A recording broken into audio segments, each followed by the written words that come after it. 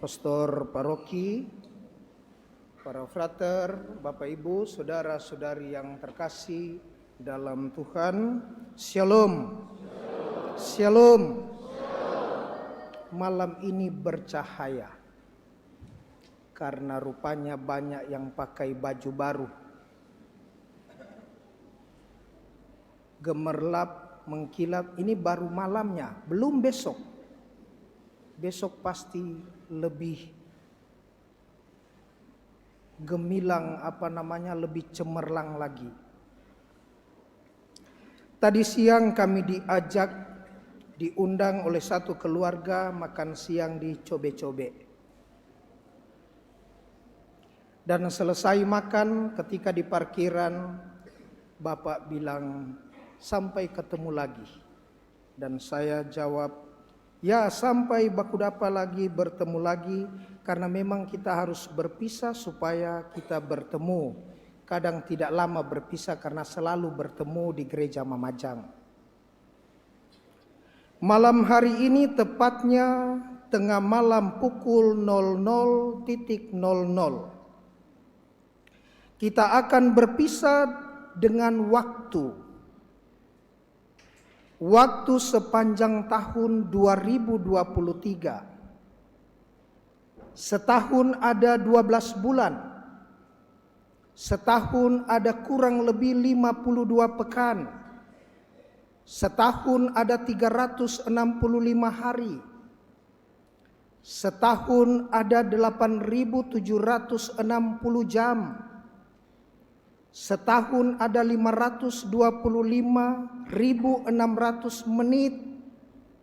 Setahun ada 31.536.000 detik. Itulah fakta rentan waktu setahun.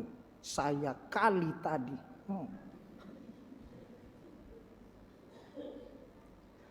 Kalau ada 31 juta kurang lebih termasuk dalam tahun kabisat, maka itu berarti ada 15 juta kali kita menghela hembuskan nafas.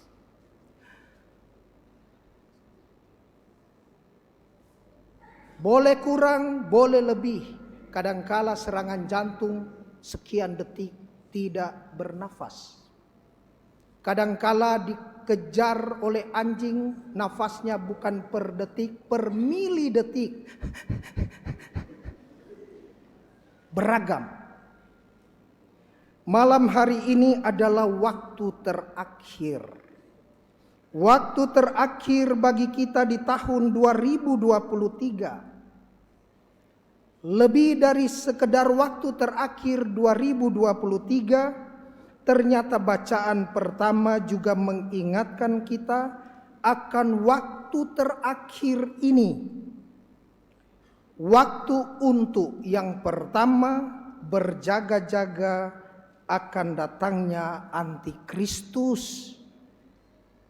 Dikatakan tadi dalam bacaan pertama, anak-anakku, waktu itu adalah waktu yang terakhir dan seperti yang telah kamu dengar, seorang antikristus akan datang, bahkan sekarang telah bangkit banyak antikristus. Itulah tandanya bahwa waktu ini benar-benar waktu yang terakhir. Sebentar nanti kita lihat apa maksudnya. Yang kedua adalah waktu terakhir untuk mempertahankan pengetahuan akan kebenaran. Kebenaran apa itu? Bacaan Injil menjawab kebenaran yang bagaimana? Kebenaran bahwa firman menjadi manusia dan diam di antara kita. Bahwa firman itulah yang menyatakan siapa Bapa.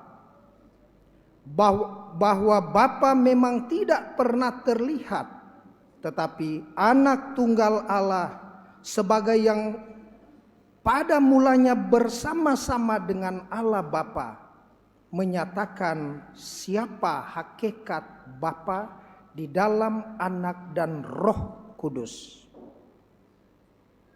Saudara-saudari yang terkasih dalam Tuhan, saat ini kita diperhadapkan bahwa ada aliran ajaran Kristiani yang condong kepada ajaran yang keliru akan kebenaran tadi. Ketika Yohanes menulis dan penginjil yang lain serta kitab suci Perjanjian Baru menegaskan tentang keilahian dalam hakikat yang satu, muncul begitu banyak ajaran-ajaran yang baru. Ada doketisme, ada basilides, ada arianisme yang muncul untuk mengatakan bahwa Yesus bukanlah manusia, Yesus setengah manusia, setengah ilahi, Yesus hanya bayang-bayang, maka yang disalib adalah bayang-bayang. Tidak, itu bukan kebenaran. Kebenarannya adalah Sang Firman menjadi manusia berinkarnasi, sama seperti Anda dan saya, kecuali dalam hal dosa. Maka Allah sungguh-sungguh hadir dalam kemanusiaan, supaya kemanusiaan kita diangkat ke taraf yang ilahi. Saudara-saudariku yang terkasih dalam Tuhan, di akhir tahun 2023 ini saya mengajak saudara untuk merenung bersama-sama. Kasih karunia demi kasih karunia yang dikatakan bacaan Injil tadi. Rahmat demi rahmat yang telah kita terima dari Allah, kita renungkan. Merenungkan berkat demi berkat yang telah kita bagikan untuk sesama. Kalau rahmat kita terima dari Allah, berkat boleh kita bagikan kepada sesama, maka tidak ada waktu yang sia-sia sepanjang tahun 2023 jika kita malam ini merenungkannya dengan jujur. Ketika harus ada gigi yang jatuh, ketika harus ada mata yang kelilipan, ketika harus ada pembuluh arteri yang bergetar, ketika ada lidah berlipat-lipat melekuk untuk berucap, kita dengan jujur di hadapan Allah dan apa adanya kita. Saya berbicara tentang kebaikan atau tidak. Saya mendengar kabar baik atau tidak. Saya melihat dengan penuh ketulusan atau kesinisan. Akhir tahun ini, jangan-jangan antikristus itu bukan sosok yang terlihat dan nampak, tetapi begitu halus, kata bacaan pertama, sekarang ini dia hadir, ada bersama kita.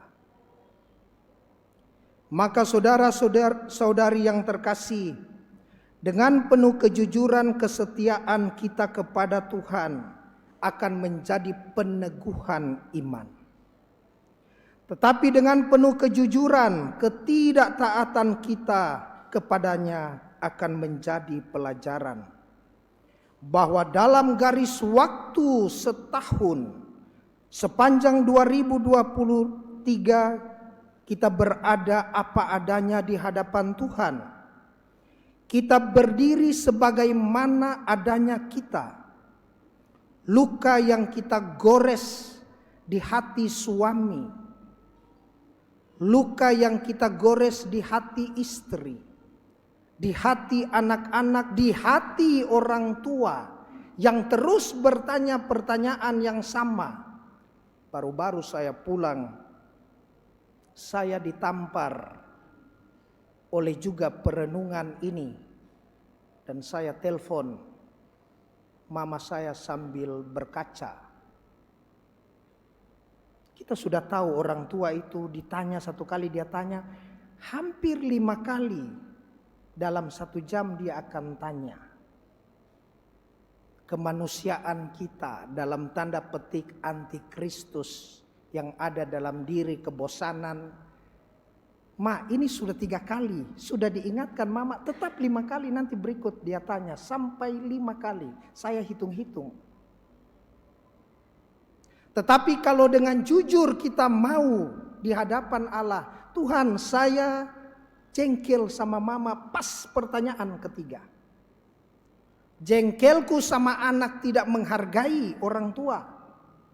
Jengkelku sama istri karena tidak menyapa dengan baik. Ma, ikan masih ada? Kau ada mata kah? Tidak. Jengkelku sama suami hanya disuruh beli LPG setengah mati untuk beranjak dari sofa tempat duduknya.